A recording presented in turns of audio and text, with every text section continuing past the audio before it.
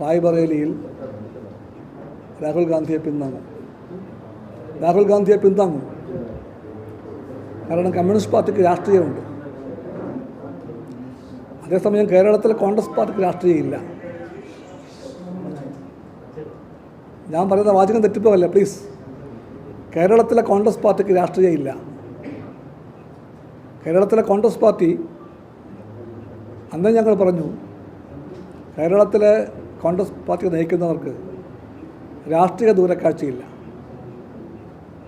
അവർക്ക് മൂക്കിനപ്പുറം കാണാനാകുന്നില്ല. ഇത് CPI ആദ്യമേ പറഞ്ഞ കാര്യമാണ്.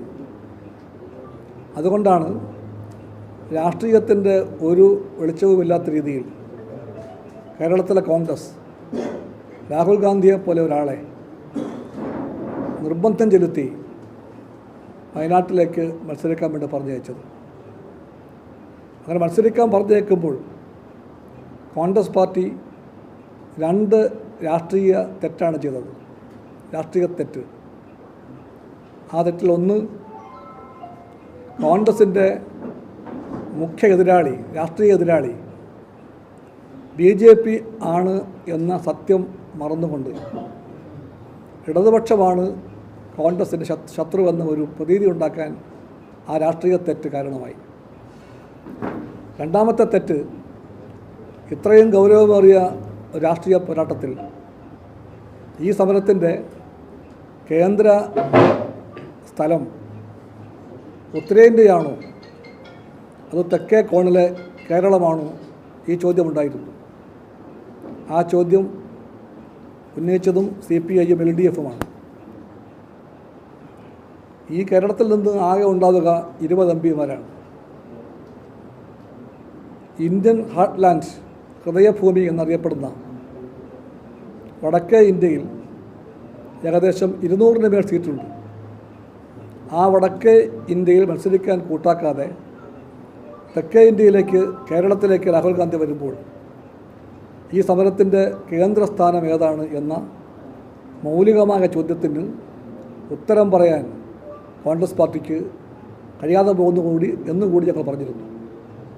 അതെല്ലാം ഞങ്ങൾ പറഞ്ഞിട്ടും ഒന്നും സംഭവിക്കാത്തതുപോലെ കേരളത്തിലെ കോൺഗ്രസ് നേതൃത്വം രാഹുൽ ഗാന്ധിയെ വയനാട്ടിലേക്ക് തള്ളി പറഞ്ഞയച്ചു മത്സരിക്കാൻ വേണ്ടി.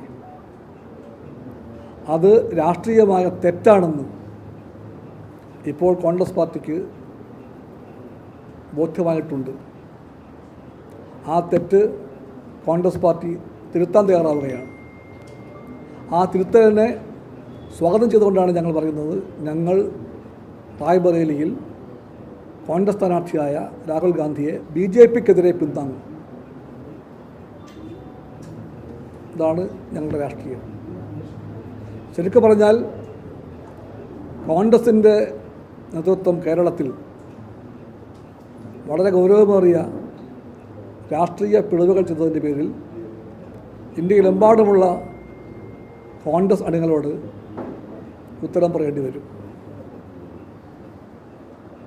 രാഹുൽ ഗാന്ധി റായ്ബറേലിയിൽ ജയിച്ചാൽ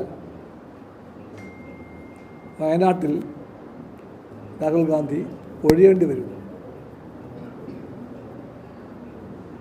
എന്ന് പറഞ്ഞാൽ വയനാട്ടിലെ വോട്ടർമാരെ അറിഞ്ഞുകൊണ്ട് കേരളത്തിലെ കോൺഗ്രസ് നേതൃത്വം വഞ്ചിക്കുകയായിരുന്നു. ആ വഞ്ചനയും പുറത്തു വന്നിരിക്കുന്നു.